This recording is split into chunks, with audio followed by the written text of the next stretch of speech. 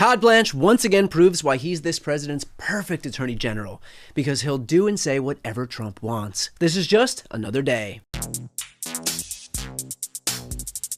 As we speak, Todd Blanche is in the throes of a heated confirmation process to be our nation's next attorney general. But just to give Americans another piece of insight into how he would operate, today Mr. Blanche chose to weigh in on the recent spat between Jeanine Pirro and Donald Trump. What message does it send, though, if President Trump fires a U.S. attorney because she determined there was not sufficient evidence to charge 4 people with a crime?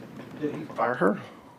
What message would it send us if hypothetically, if the president chose to fire a United States attorney, it turns out he's allowed to do that because he's the president of the United States. That's right. How could it be wrong for Donald Trump to fire a U.S. attorney for their unwillingness to lie about the merits of a case if he can do it? Isn't the ability to do something what makes it right?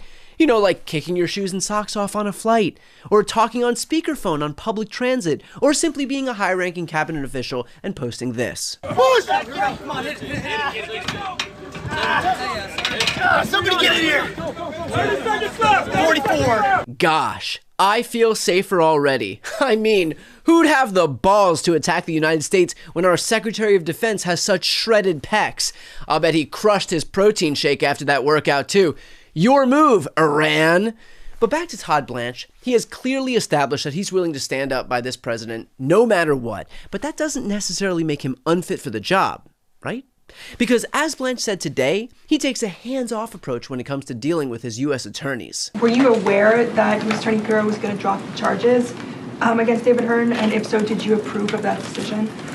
So I'm not going to talk about internal discussions. I don't approve or disapprove decisions that are U.S. attorneys. See, while Blanche may be focused on curtailing Americans' freedoms, he wants his attorneys to feel they can do their job freely. And that's just the way he's done things since day one. Right after he took over, Blanche and his deputy, Emile Beauvais, forced the Southern District of New York, where Blanche and Beauvais worked, to drop the case against Eric Adams. So none of what we're looking at here is normal. Hey, come on. What if being wildly corrupt is just this administration's kink? Do we really want to shame them and say that they're not normal? Next thing you know, people will be saying it's not normal to pay underage girls for sex. Some might even call it illegal. But while Donald Trump has voiced his clear displeasure with Jeanine Pirro and her repulsive acknowledgement of facts, Todd Blanche has taken a softer approach. Her prosecutors, her office, what they've done over the past year to transform this city into a place that we can all now walk around in after sunset is something that's incredible. Yeah, you all remember D.C. before Pirro showed up, right? Masked men walking around with guns, refusing to identify themselves, our reflecting pools flooded with algae-infested waters, a White House reduced to rubble. I'm sorry.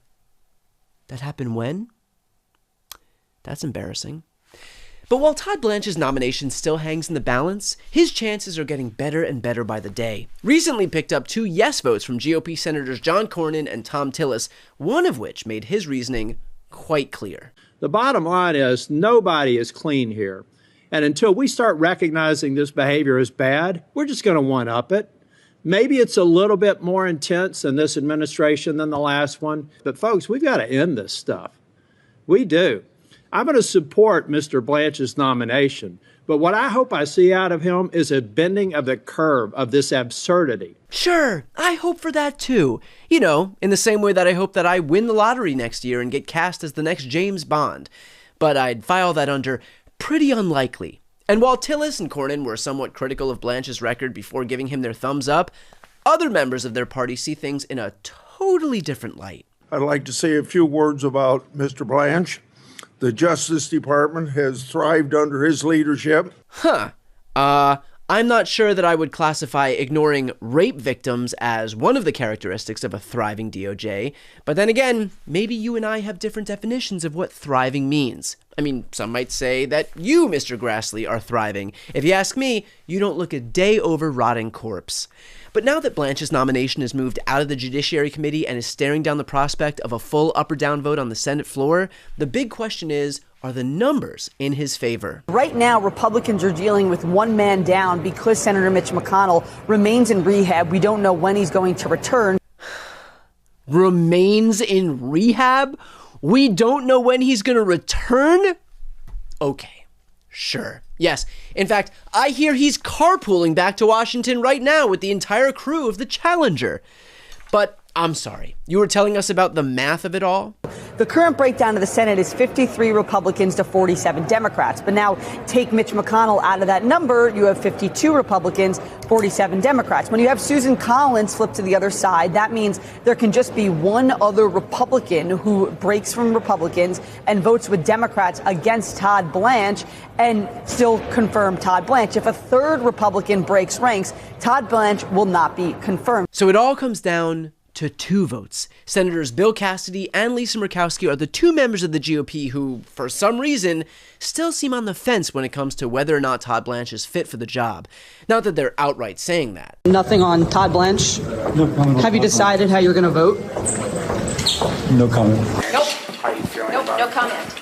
No comment. I learned that at lunch today. Did anybody else say that to you? Are you still? Oh yeah, I've got that a lot. That's because that was the one thing that we talked about at lunch. Okay. Is that, you know, how freeing it is to say no comment. Oh, I bet it is freeing. In fact, I bet it'd be even more freeing to release yourself from this burden you feel to appease dear leader. Right now, you could be completely liberated, strutting the halls of Congress, knowing that an 80-year-old con man has absolutely no power over you anymore. Hell, for a freeing feeling like that, you would have to be doing yoga in a cold plunge right after you called all of your exes and told them everything you really hated about them. The reality is, when it comes to the expectation that this White House or this Justice Department will be truthful with the American people and not engage in blatant cover-ups and corruption, any remaining Republicans that had any semblance of a spine left have simply decided to throw up their hands. You know, because they're so powerless as senators, which is a lot like saying it's impossible to not chug a beer frat house style when you're the director of the FBI, because that would mean not chugging a beer. And then what would your boys in Delta Chi think of you? But I guess there's just no stopping this kind of behavior from our AG. The principal deterrent to this sort of misconduct is actually just professional embarrassment. And one would hope the moral sense that you should not really go around ruining people's lives if you know better. Yeah, I believe that ship has sailed. If Todd Blanche gave 2 shits about not ruining lives or saving himself from professional embarrassment, he probably would have kept this to himself. If he chooses to nominate somebody else and asks me to go do something else, I will say, thank you very much. I love you, sir. Damn. I know it's not weed, but that shit is so strong, I think I'm getting contact embarrassment. Every single one of these Republicans who ran for office and supported Trump did so on the basis of delivering for the American people. But what have they delivered besides less access to healthcare, less affordable housing, less money for cancer research? And now they are about to give another rubber stamp to Todd Blanche, who they know isn't right for the job, simply because the GOP craves power more than they crave serving the American people. And while Republicans continue to hope that the voters who put them in office have become numb to their level of weak deference, it's worth remembering, none of what we're looking at here is normal. It sure isn't.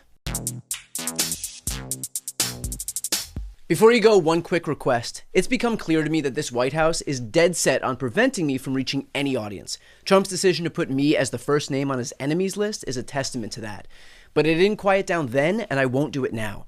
So please do me a favor and subscribe to this channel, hit the notification bell to be alerted when I post new content, and tune in when I publish videos so that they get picked up in the algorithm. The link to subscribe is right here on the screen. And together, let's make sure that we send a message to this administration that all they're doing by attacking me and independent media is making our platforms all the more powerful. Thanks.